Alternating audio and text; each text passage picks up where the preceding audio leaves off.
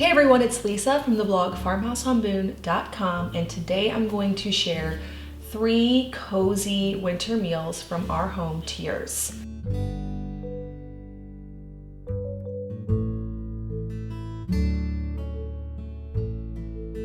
Winter is one of my favorite times for cooking. I love spring and summer with all of the new vegetables that are available, and harvest time as well, and pumpkin, but cozy winter foods is what helps us get through this season that maybe doesn't allow for as much outside time. It's sort of a time to pause and reset, and cozy foods really help for that. So for the first recipe, I'm going to share a soup recipe from my blog, Farmhouse on Boone, that I haven't yet shared on here. This is my sausage and sauerkraut soup. Very hearty and delicious. And then I'm going to make a butternut sage soup with craisin sourdough bread for the next meal. This recipe actually came from my friend Caitlin in her Harvest and Home cookbook. She was recently on my podcast. She is the blogger behind the YouTube channel and Instagram, Calico and Twine, Girl and Calico. Anyway, she sent me her harvest book and I just had to make some of the recipes from it, so I'm going to share that. And then I'm going to share the roasted root vegetable and chicken country style pie from this einkorn cookbook. So I'm just bringing in a collection from all over the internet and books, my blog, my friend's ebook, and then this book with some of the coziest winter recipes that I found. So let's dive in.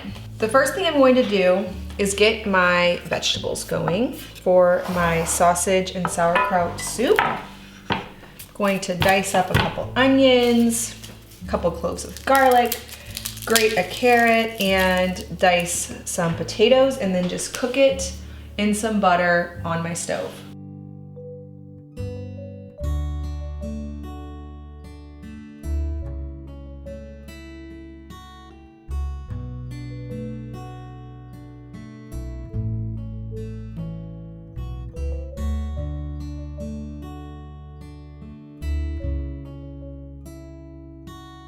Meanwhile, I'm also going to get my sausages going. I have 1 pound of mild sausage. I'm just gonna get them going on medium heat. To the garlic and onions, I'm adding 3 potatoes cut into bite-sized cubes.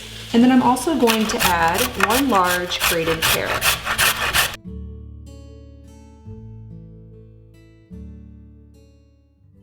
Okay, to my vegetables, going to add about 3 tablespoons of tomato paste, 1/3 of a cup of barley, and then to that I'm going to add about 5 cups of homemade bone broth, or you could use store-bought, whichever you have, and a 1/2 teaspoon of caraway seeds. I'm just gonna get a lid on my Dutch oven, allow this to simmer for about 20 minutes, and let the sausage continue to cook.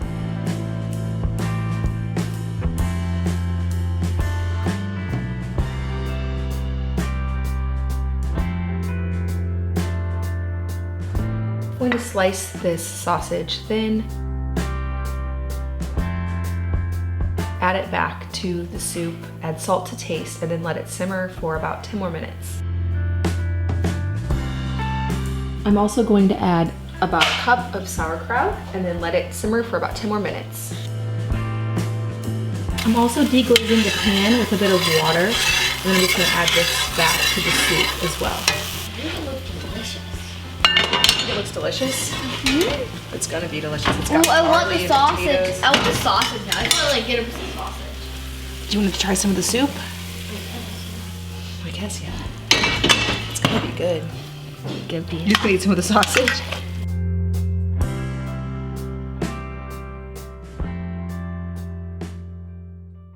All right, next I'm gonna make my roasted root vegetable chicken country pie. This, like I mentioned, is in the einkorn cookbook, page 186. I already made chicken broth, which was the first step, so I don't need to do that. Next, I'm gonna go ahead and make the crust by combining einkorn flour, salt, adding butter and ice water. I have a recipe on my blog for an einkorn pie crust. If you want full details on that, I will link it down in the description box below.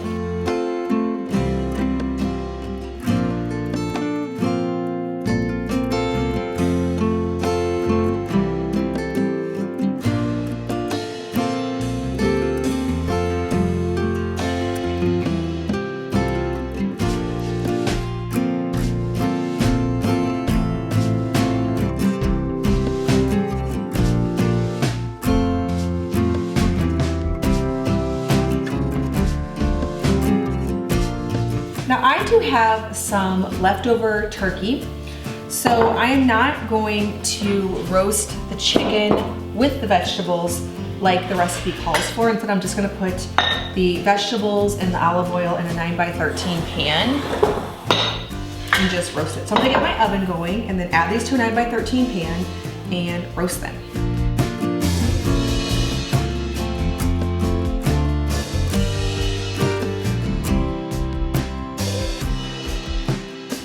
I also do have still some fresh rosemary from the garden. My garden is still producing parsley and rosemary. The frosts haven't been cold enough to get rid of those just yet. Usually they last a good long while.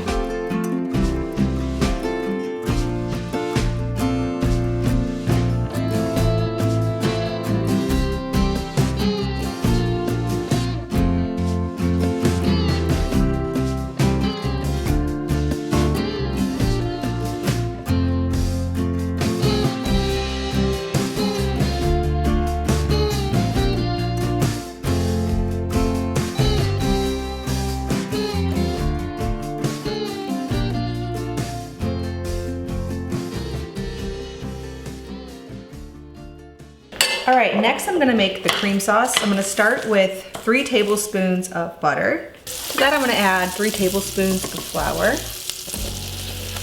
and just whisk it in.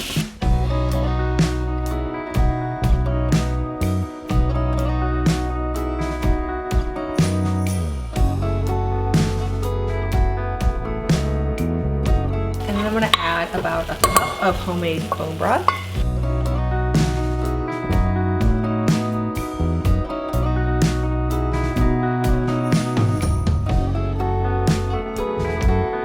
As it starts to thicken, I'm just gonna add about a half a cup of, I have goat milk, any milk will work. I love this recipe because it's just like a regular, it's kind of like a pot pie. You just make a little cream sauce, you could add any vegetables, any meat you have, add it into a homemade einkorn crust. You could do, if it's spring and you have other vegetables and herbs available, you could use those. It can really be adapted for the seasons, and that's my favorite kind of meal to make because I can make it year-round, but all a little bit differently. All right, I'm also going to get my cranberry sourdough bread going so that it can ferment overnight, and then I can bake it tomorrow to go with my sage butternut squash soup. So I'm going to add a half a cup of sourdough starter, 1 1/3 cups of filtered water, 3.5 to 4 cups unbleached all-purpose flour, 1.5 teaspoons of salt, and about 2/3 cup of craisins or dried cranberries. I just got mine from Aldi. I have a leftover turkey from Thanksgiving. This was actually from about 5 days after Thanksgiving, so it's still good. I'm going to pick off what meat I can for my einkorn chicken pie. I'm just gonna use turkey instead. And then I'm going to use the bones to create some broth for my sage butternut soup.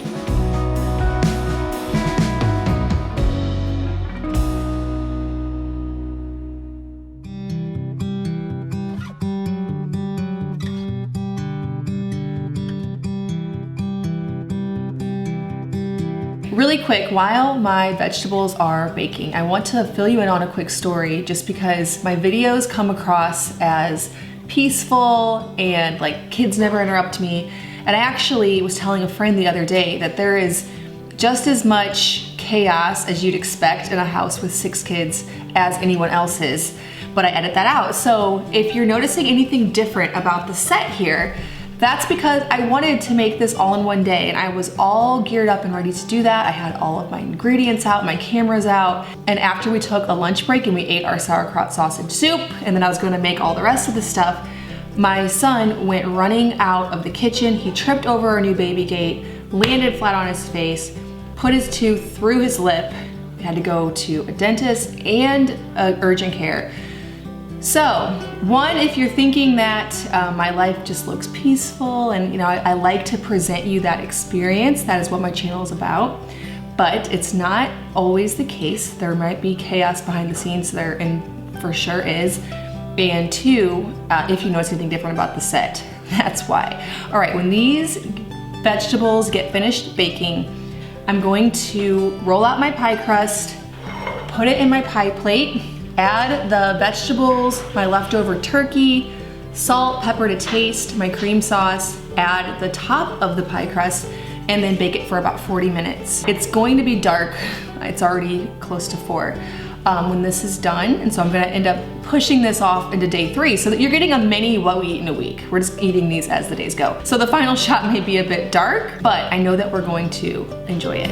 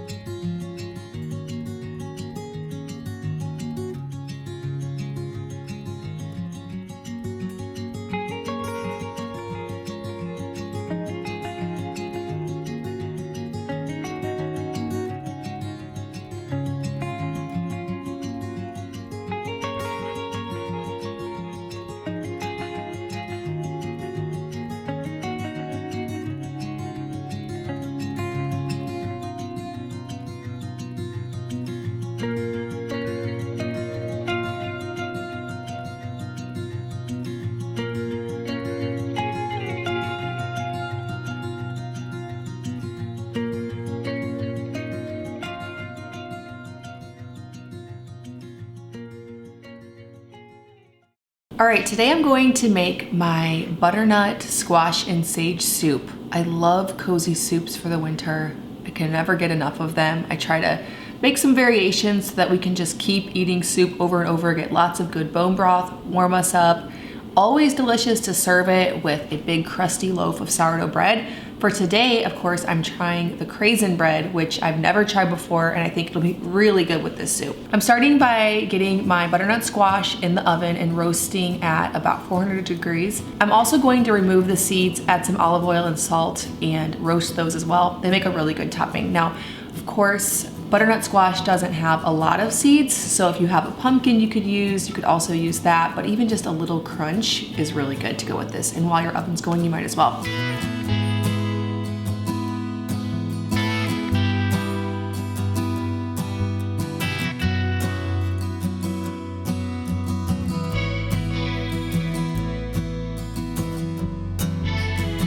I punched down my craisin bread this morning and put it in a banneton basket. So it's already doing its second rise, and I will bake it in a preheated cast iron Dutch oven to make it really crispy, have that artisan crust. So delicious with our soup.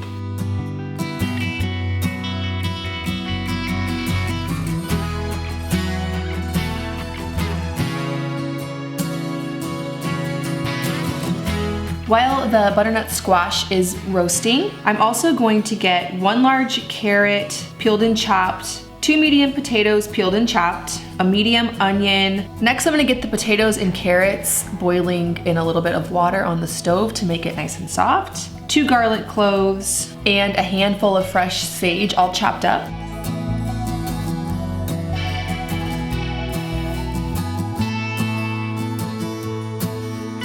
And next, I'll add the garlic.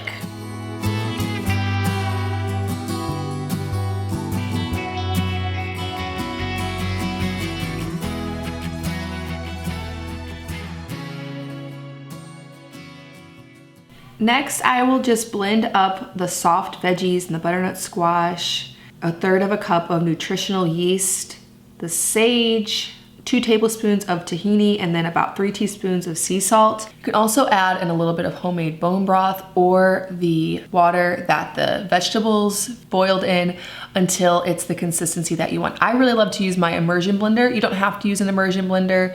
You could also just use a regular blender. It's just more dishes, but you could totally do that as well. I hope that these winter recipes inspired you to make some cozy and hearty food for the winter. Every once in a while, it's fun to pull recipes from different places just to get used to using some ingredients that are not normally in your rotation. And then you can just run with them from there once the concept is down. So for example, the country pie, any veggie, any meat, whatever you have, a simple crust sauce, meat and veggies.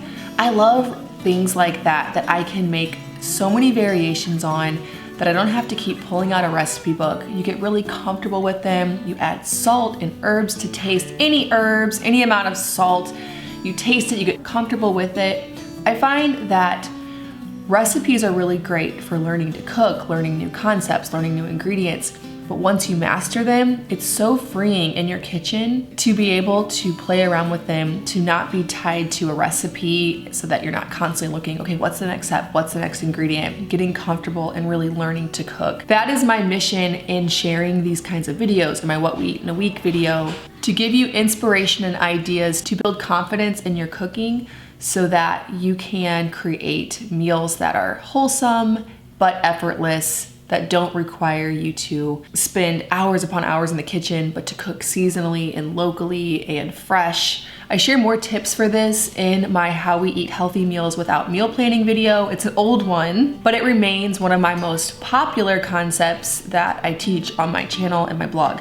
So I will link that in the description. I will also link the einkorn cookbook if you're interested in that. We've used it for a lot of things. I really love that. And my friend Caitlin's cookbook as well. It's an e-cookbook that we love. Also, I will link where Caitlin and I from Calico and Twine did a Simple Farmhouse Life podcast together so that you can check that episode out as well. I hope that you enjoyed this video. If you are brand new to my channel, please hit the subscribe and the notification bell so that you can be notified every time I share a new video.